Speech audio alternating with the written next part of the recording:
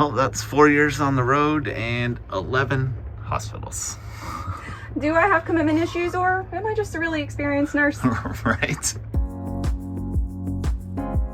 New year, new adventure for Project RV. We're excited to share with you where we're going to be headed for Victoria's next travel contract and a few of the challenges we faced along the way to get there. Jack decided not to work. It's not easy in the cold. Someone's giving off last day vibes. A little late.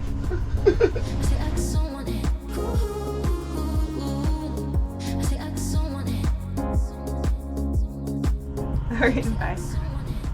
Is it official? We got it. All right, here we come. Unfortunately, the new year has gotten off to a little bit of a rough start with a major malfunction that we found in our RV on the last Washington trip. The liquid courage is working. On our last trip, we had such a great time skiing and hiking to a stunning natural hot spring. So if you haven't seen it, go check it out. They say owning an RV means fixing an RV, and man, we ran into a big time problem on the way back from our trip. This is where our leaf spring used to be connected. Now it's jammed up here, and unfortunately it also jammed this up here.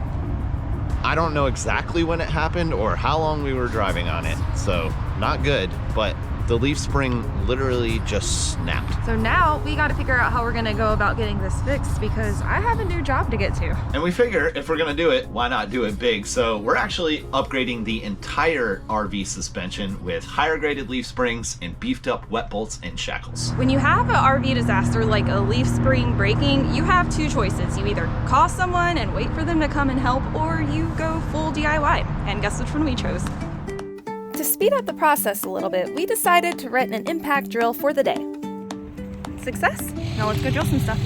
Well, we're trying to be safe about this by unloading as much weight as we possibly can, and that's like 90% of our stuff, which feels like, when you look at it, way too much. Victoria's fancy new gloves. Perfect time to put them to use. Holy NASCAR. crap.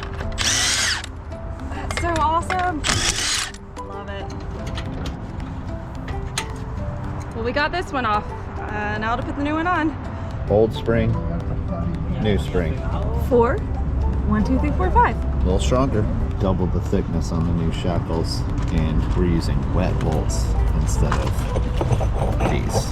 After 2 whole days of a lot of pulling, pushing, frustration, all in the rain, we decided to put it in the hands of professionals. With such a big project, we did really have some safety concerns and, quite frankly, a deadline to get to our new location. So after 2 days, we only got a leaf spring mostly on, so we called up our friends over at KC Automotive. And thank goodness we did, because even the pros had a little bit of a difficult time pulling and tugging that new leaf spring into place. All right, halfway through and she looking good.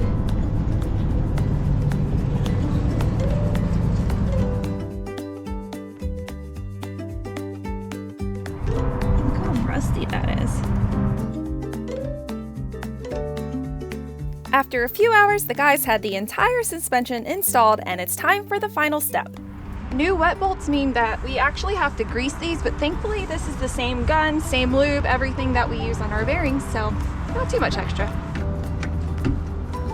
And unfortunately, that wasn't the only thing that needed to be fixed before we got on the road. On the way back from our last trip, we realized that our trailer brakes weren't working. Pretty sure I just gotta split it and strip it and put it back together, and it should be an easy fix. The blue line is for the brake, and it is cut.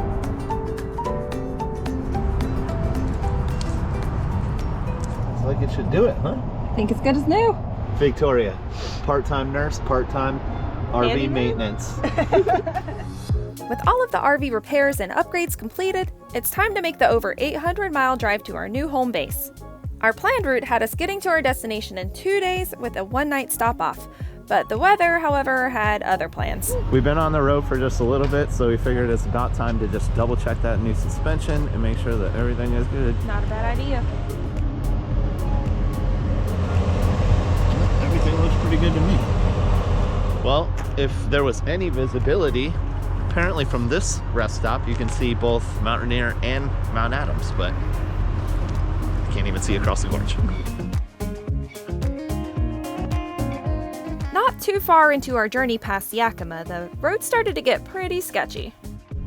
Okay, this is officially the second worst weather we have ever driven through. The first was Colorado in January, which was semi-traumatizing. Definitely.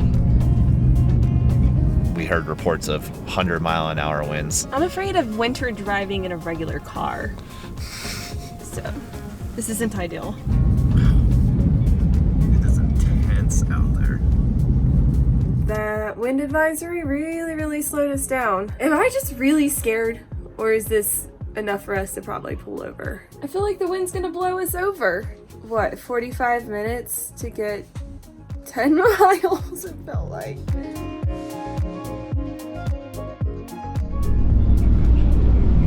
Change required. Well, this is a first for us. Snow chains. Oh my goodness. Here we go. Guess we gotta get there somehow. That was not easy in the cold, but we got the first one on. Oh my god, only one. I don't know, it must have been a first timer thing because second one went on like that. Not gonna lie, the snow chains feel really weird. Yeah, it's loud. Yeah, and just so you know, I don't think you're supposed to drive like above 30 miles per hour. The snow ended up slowing us down a ton, and our 8-hour drive day turned into 12 hours. I'm not sure we could have picked two worse weather days to be driving over 800 miles, but our 8-hour drive day turned into a 12-hour drive day yesterday. Yeah, we drove through mountains, through snow, through sleet. In fact, the entire drive through Oregon, top to bottom, was completely in the dark and in the rain. Yeah, and fog. It was ridiculous. But we pulled up to Klamath Falls at about 11:30 last night at a KOA, and thankfully we got a pull-through spot. Shout out to KOA.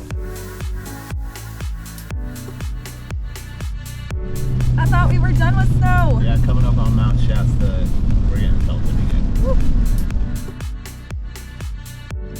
I'm getting off at this rest area for a second. I would like someone else to make tracks for me. Refuge. The second travel day didn't start off much better than the first, but we waited for the storm to pass and a couple of snowplows to roll through, and we were back on track. We exercised a little bit of patience and waited it out for like 30 minutes at the rest stop. It was necessary though, because that was intense. Yeah, I felt like we were the first ones going up into the snowstorm. Yeah, no tracks in front of us. Yeah, so now we actually see a little bit of sunshine.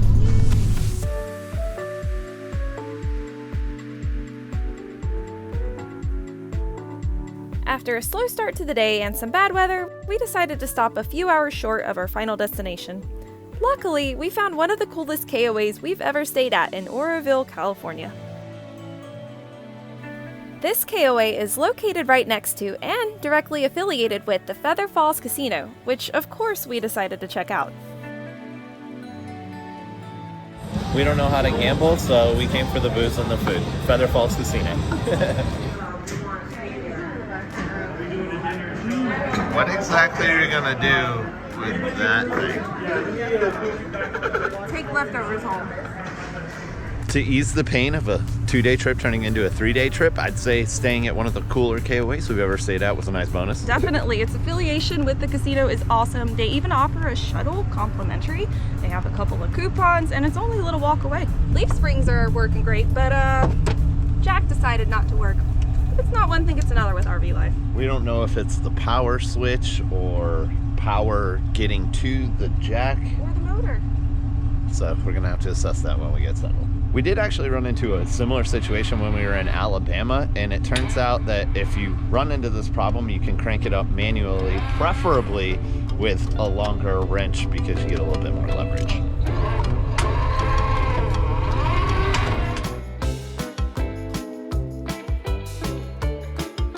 With just a couple hours drive left, we finally arrived at our new home base.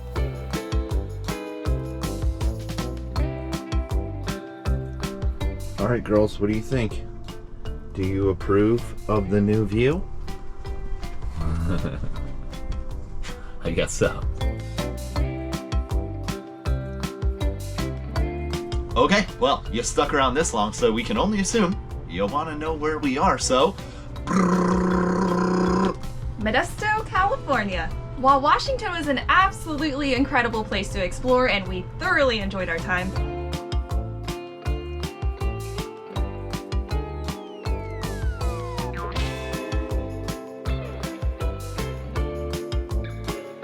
but the gray skies and the daily drizzles were kind of taking its toll on us, and since we've been here, sunshine every day. We are officially all settled in, and Victoria's already kicked off her new contract. When it comes to the first day, you can generally tell how it went if she comes out with a bounce in her step.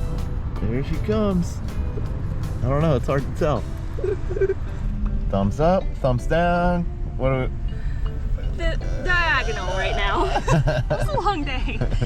While we've dipped our toes in California a few times, this is going to be a great chance for us to really dig in, find some hidden gems and amazing RV destinations around the area. So with that said, if you guys do have some California suggestions as we start to plan things, Especially in the Central Valley. please let us know in the comments below. We hope you all had an amazing holiday season and really appreciate you coming to follow along with Project RV, and can't wait to kick off the new season here in California. We'll see you then. Bye.